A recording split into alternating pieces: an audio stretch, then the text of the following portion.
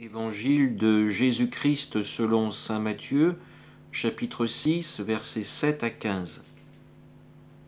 En ce temps-là, Jésus disait à ses disciples, « Lorsque vous priez, ne rabâchez pas comme les païens. Ils s'imaginent qu'à force de paroles, ils seront exaucés. Ne les imitez donc pas, car votre Père sait de quoi vous avez besoin avant même que vous l'ayez demandé. Vous donc priez ainsi. Notre Père qui es aux cieux, que ton nom soit sanctifié, que ton règne vienne, que ta volonté soit faite sur la terre comme au ciel.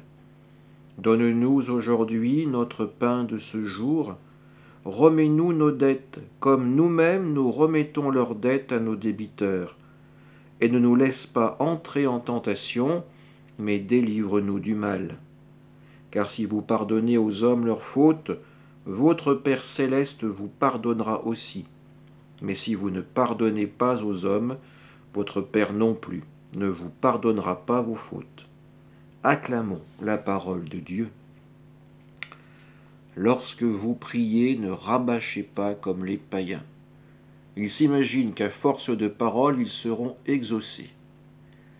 Jésus nous le dit, notre prière, si humble soit-elle, est entendue par le Père.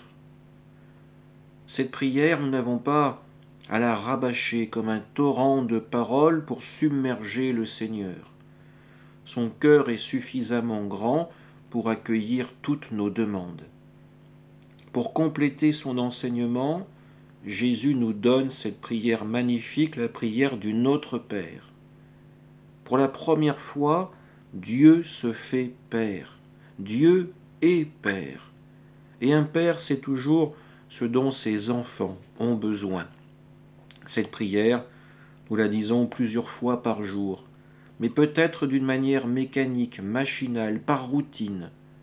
Essayons de véritablement penser et prier chacun des mots que nous prononçons. Que cette prière prenne un sens véritable pour nous, pour qu'elle nous aide à grandir dans la foi et qu'elle nous aide à construire le royaume de Dieu sur terre. Amen.